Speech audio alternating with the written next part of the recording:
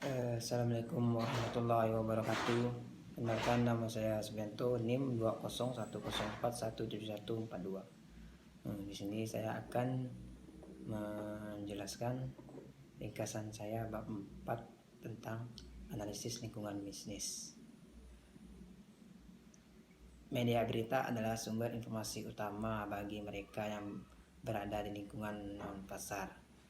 Ini mengingatkan publik, aktivis, dan LSM, pejabat publik, dan kelompok kepentingan untuk masalah non-pasar dan aktivitas perusahaan.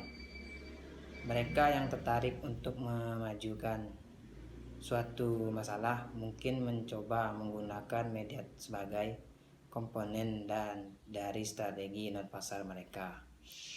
Meskipun media menjaga kemandiriannya, kadang-kadang dapat menemukan komponen dari strategi tersebut layak diberitakan, seperti dalam episode Alar. Karena media berita memainkan peran penting dalam perkembangan masalah non-pasar, manajer harus menilai masalah mana yang kemungkinan besar akan diliput oleh media dan perlakuan yang akan diterima oleh masalah tersebut. Teori liputan dan perlakuan memprediksi bahwa media berita akan meliputi isu-isu dengan minat intrinsik audiens atau prediksi signifikan sosial. Cerita lebih mungkin menjadi berita jika memiliki minat audiens yang luas, kedekatan, kepentingan manusia, kontroversi, dan konflik, dan untuk televisi dan internet. Daya tarik visual, signifikan sosial berkaitan dengan peran media sebagai pelindung hak publik untuk mengetahui. Dalam peran ini, media terkadang dapat terlibat dalam advokasi dengan membuat penilaian atau mendukung kebijakan tertentu. Media membutuhkan informasi untuk ceritanya dan informasi terbaik dalam paling murah. Perusahaan dengan demikian memiliki kesempatan untuk mengembangkan hubungan dengan jurnalis yang meliputi masalah bisnis secara teratur. Manajer dapat dipanggil untuk berinteraksi dengan media, dan untuk mempersiapkan interaksi tersebut, mereka perlu diinformasikan sepenuhnya tentang masalah yang dipermasalahkan serta tentang audiens yang mungkin. Masalah bisnis seringkali rumit dan mungkin sulit untuk diliput oleh televisi dan media umum. Meskipun media menerapkan standar umum, keakuratan, keadilan, dan keseimbangan pada sebuah cerita, media memiliki insentif untuk membuat berita menarik bagi penonton, dan oleh karena itu mungkin terlalu menekankan pada konflik dan kontroversi. Ini juga dapat menyederhanakan cerita agar sesuai dengan slow waktu, batas ruang, atau tenggat waktu.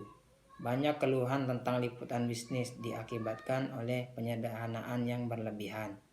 Media berita adalah bisnis sekaligus profesi. Perusahaan media dimotivasi oleh pertimbangan keuntungan, dan jurnalis memiliki kepentingan karir. Kontrol editorial mengatur perilaku, dan jurnalis dipandu oleh standar profesional.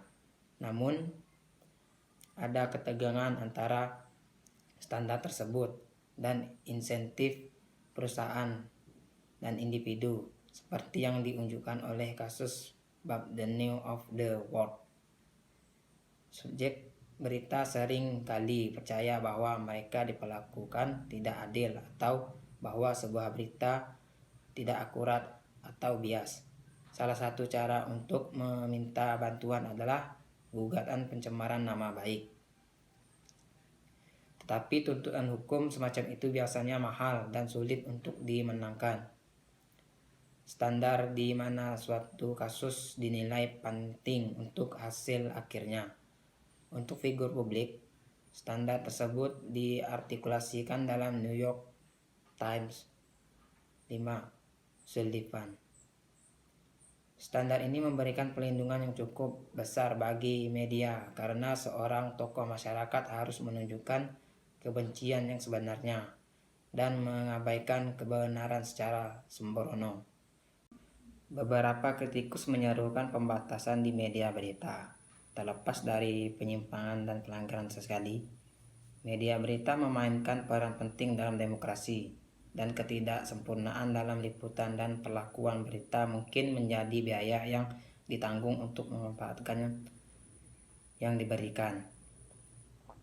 Seperti yang ditulis Thomas Jefferson, jika saya yang memutuskan apakah kita harus memiliki pemerintah tanpa surat kabar atau surat kabar tanpa pemerintah, saya tidak perlu ragu untuk memilih yang terakhir. Sekian ringkasan penjelasan dari saya, kurang lebihnya mohon maaf. Terima kasih.